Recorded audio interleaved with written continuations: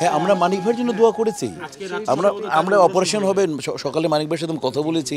আমাকে এবার আমার ছোটো ভাই তেপান্তর, সাংবাদিক তেপান্তর, তোমাদের বড় ভাই তেপান্তর, জাসাসকে বলেছি আমরা আমরা নাম নিয়ে আর আমরা যে রেজুলেশন দেখা যাবে মানিক ভাই আমাদের সবাই কাজ করেছে তার ছবিতে। আমরা মানিক ভাই সকালে আমি কথা বলেছি, মিশা ভাই সবাই জানে ইনশাআল্লাহ। আমাকে বলেছে মানিক ভাই সকালে ফোন করে, মিশা আমার জন্য দোয়া করে বলুন। আমি ওস্তাদ অবশ্যই আপনার জন্য দোয়া করবো আমরা তার জন্য।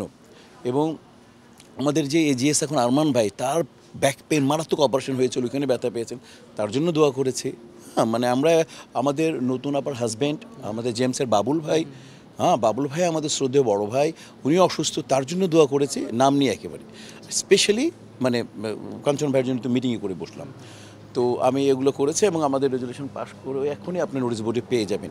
আপনি দেখেন, আমি জয়কে বলেছি যে লিখিয়ে আজকে এখনই দেবো। আমাদের যিনি প্রিন্টার উনি শিল্পী, উনি তো আউটডোরে গেছেন। আমি বললাম নো, এখন আজকেরটা আজকেই দেবা এবং এটা পাবলিশ করে দেবা। একটু যদি জানতে চান যে মানিক ভাই যে অপারেশন হবে, আমরা আজকে যতটুকু শুনলাম যে রাত 11টা থেকে তার অপারেশন হবে, কিন্তু তার পরিবারের কোনো সদস্য তার পাশে নেই। শিল্পী সমিতি থেকে তাকে কোনো অর্থ সহযোগিতা বা অপারেশনের জন্য কোনো খরচ দেওয়া হচ্ছে কিনা? না, মানে আমরা এটা তো উনি তো আসলে আমাদের মানিক ভাই তো আমাদের শিল্পী সমিতির সদস্য না, উনি আমাদের শ্রদ্ধেয় পরিচালক সমিতির সদস্য। তো এই ব্যাপারে আমি পরিচালক সমিতির দৃষ্টি মানে আমি হয়তো বা শাহিনের সাথে আলাপ করব।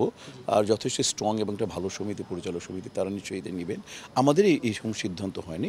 আমাদের সিদ্ধান্ত, আমাদের একটা অভিনেতা ফকিরা এটা অসুস্থ, তাকে একটা ফিনান্সিয়ালি হেল্প করার কথা, তার ব্যাপারে সিদ্ধান্ত হয়েছে। কিন্তু মানিক ভাইকে আমরা দেখব, দোয়া করেছি, আমরা যাব আমাদের মতো। যা প্রত্যেকে বলেছি, যারা যারা ব্যক্তিগতভাবে সম্পর্ক সবাই যাবে, শিল্পী সমিতি এটার জন্য দোয়া করেছে। কোরআন তেলাওয়াত থেকে তেলাওয়াত করা হয়েছে তো সবার জন্যই, আর অন্য সবার জন্যই। তো ওনাকে আমরা ফিনান্সিয়ালি কোনো কথা বলে আমাদের এই পর্যন্ত হয়নি। ঠিক আছে, মানে দেশবাসীর উদ্দেশ্যে যে তার জন্য, তার সবার জন্য যে দোয়ার উদ্দেশ্যে মানে একটি কথা সেটা হচ্ছে যে আমি বরাবরই বলি যে কর্মের সাথে ধর্মকে একদম সমান্তরালভাবে এগিয়ে নিয়ে যান, কারণ ধর্মই আপনাকে শান্তি দিবে, আপনাকে কন্ট্রোলে রাখবে। আমি বরাবরই বলি যে সব সময় আপনি কাজ করবেন এবং পাশাপাশি ধর্মচর্চাও করবেন, দেখবেন আপনার মনে অনেক কিছু, মানে বিশেষ করে যে লোভটা কন্ট্রোল করতে পারবেন। লোভটা যখন কন্ট্রোল করা যায় তখন আমার মনে হয় পাপ কন্ট্রোলে থাকে, আর যখন পাপ কন্ট্রোলে থাকে তখন ইনশাআল্লাহ মানুষ কন্ট্রোলে থাকে। সুস্থ থাকবেন, সুন্দরভাবে থাকবেন, দেশকে ভালোবাসুন, দেশের সংস্কৃতিকে ভালোবাসুন। আর আরেকটা কথা, ওই যে শুনলাম যে কোনো অভিনেতাও যদি কোনো অন্য ধর্মে থাকে তাকে নিয়ে কোনো কথা বলা উচিত না, এটাও একটা নিন্দা জ্ঞাপন করা যায়। যে যখন দেখেন ক্রিকেটে যখন লিটন দাস খেলে, আমার বুকের ভেতর থেকে দোয়া বেরিয়ে যায়, কারণ তখন লিটন দাস খেলছে না, বাংলাদেশ খেলছে, আমি খেলছি, আপনি খেলছেন। কাজে এই ভূখণ্ডে যারা জন্মগ্রহণ করেছে প্রত্যেকে আমরা বাঙালি, আমরা মানুষ, তারপর আমরা বাংলাদেশি, তারপর মুসলমান। তো এই ব্যাপারটা আমরা সবাই একটু মাথায় রাখি।